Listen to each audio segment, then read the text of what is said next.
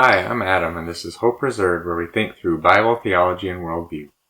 Today we're going to look at Isaiah chapter 15 and 16, and how the people of Moab were facing similar threats to Judah, how they sought Judah's help, but they would ultimately face greater trouble.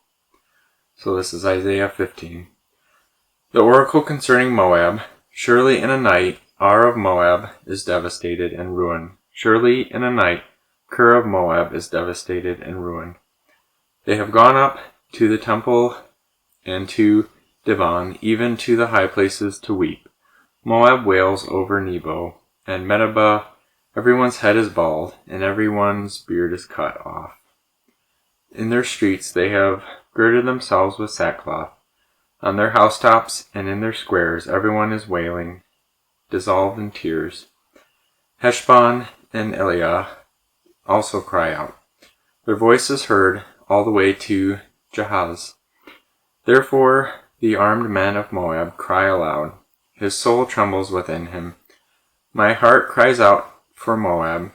His fugitives are as far as Zoar and Eglath Shalisha. For they go up to the ascent of Lutha, weeping, surely the road of Horahim. They rise a cry of distress over their ruin. For the waters of Nimrim are desolate. Surely the grass is withered, the tender grass died out. There is no green thing. Therefore the abundance which they have acquired and stored up, they carry off over the brook of Arabim. From the cry of distress has gone around the territory of Moab. Its wail goes as far as Eglaim, and is wailing to Beer Eliam. For the waters of Dimon are full of blood. Surely I will bring added woes to Dimon. The lion upon the fugitives of Moab, upon the remnant of the land. And then Isaiah 16. Send the tribute lamb to the ruler of the land, from Silla by way of the wilderness to the mountain of the daughter of Zion. Then, like fleeing birds or scattered nestlings, the daughters of Moab will be at the ford of Arnon. Give us advice, make a decision, cast your shadow like night at high noon. Hide the outcast, do not betray the fugitives. Let the outcast of Moab stay with you, be a hiding place to them from the destroyer. For the extortioner has come to an end, destruction has ceased, oppressors have completely disappeared from the land.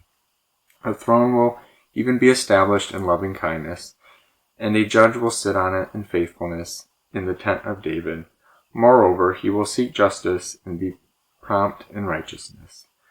We have heard of the great pride of Moab, and excessive pride, even of his arrogance, pride and fury. His idle boasts are false. Therefore Moab will wail, every one of Moab will wail. He will mourn for the raisin cakes of Kirk Harris, as for those who are utterly stricken. For the fields of Heshbon have withered, the vines of Sibmah as well. The Lord of the nations have trampled down its choice clusters, which reach as far as Jazer, and wandered into the desert. Its tendrils spread themselves out and passed over the sea.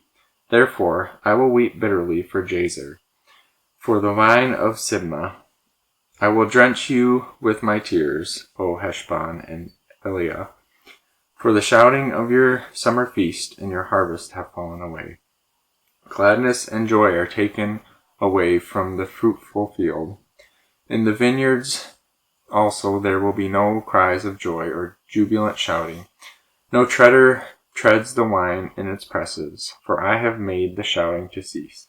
Therefore my heart intones like a harp for Moab, and my inward feelings for Kir Hareseth.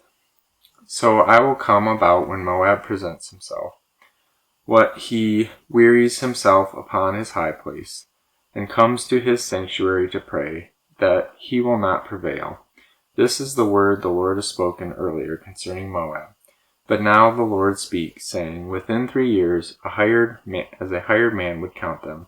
The glory of Moab will be degraded along with his great population, and his remnant will be very small and impotent. So now I want to go into the background. Verses 1 through 16:11. It makes up a long poem, and it ends with a summary statement in verse 12, which was a quote that was likely spoken by an earlier prophet. The Moabites are in great suffering, and as described in chapter 15, 1 through 9, there's panic in the land. Important cities are in ruins. Those who live in Moab are attempting to escape their land, and those who see their distress pity them. In verse 9, it shows that more suffering will follow Moab. While Moab is in distress, in verses 16, 1 through 11, they have found enough lambs to provide a bribe to Jerusalem. The Moabite women wait in fear as their delegates ahead of them go to Jerusalem for asylum for the fugitives for their people. While their oppressor is not named in this passage, it's likely referring to Assyria, given the greater context of Isaiah. In chapter 16, verse 5, they declare that a descendant of David will sit on a throne for them and rule over them. This is likely to flatter the king of Judah so that he would receive support. The pleas of Moab will be rejected because of their excessive pride, arrogance, and fury as mentioned in verse 6. In verse 16:12, Isaiah confirms that what a former prophet had spoken concerning Moab. Isaiah made it clear that the disaster was going to take place sometime in the next 3 years, as mentioned in verse 14. So the context of the warning is likely a warning against Judah from entering into an alliance with Moab against the Assyrians. So now I want to go into what can we learn from this passage. So in the passage we see some surrounding nations, such as Moab. They were suffering some of the similar threats as Judah. Moab was attempting to create an alliance with Judah, but Isaiah warned Judah not to make the alliance. Both Moab and Judah had a choice to turn to God and trust in Him for protection against the likely threat of Assyria. We can often, in our own lives, try to address the major problems and threats completely by ourselves, and we can try to align with forces that are against God, and it ultimately ends up in a worse situation than we would have been in if we had just sought God's help. So Isaiah is trying to get his people, the king, anybody who would listen, to turn to God for help instead of trying to make alliances with other kings or try to figure it out themselves. And really, we should be doing the same things in our own lives. And there's been a number of times in my life where when I've just put it in God's hands and I've trusted in Him, things worked out. And they worked out better than if I was worrying about them and if I was trying everything I could possibly do to fix the problem on my own. And I think that's what Isaiah is really saying, is that we need to trust in God as our protection. We need to trust in God as our salvation. I mean, God provided a way so that we can be saved from the ultimate trouble that we face, in the trouble of death. And we try all kinds of ways to try to solve this, and things like cryogenics, where we freeze our bodies in the hopes that someday science will cure all the diseases and bring us back to life. And we try all of these health things to try to live longer. And not that there's anything wrong with wanting to live longer. I think God put it in us that we want to live forever, and we were created to live forever.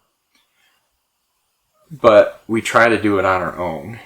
And really, that's the difference between following Jesus and all of the world religions, because the world religions are do this and then maybe you'll get to heaven.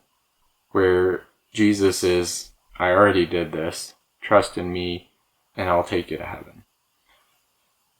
And so we can have that same attitude as Moab or even Judah in this passage, where they get into, we can be proud, we can try to do it on our own.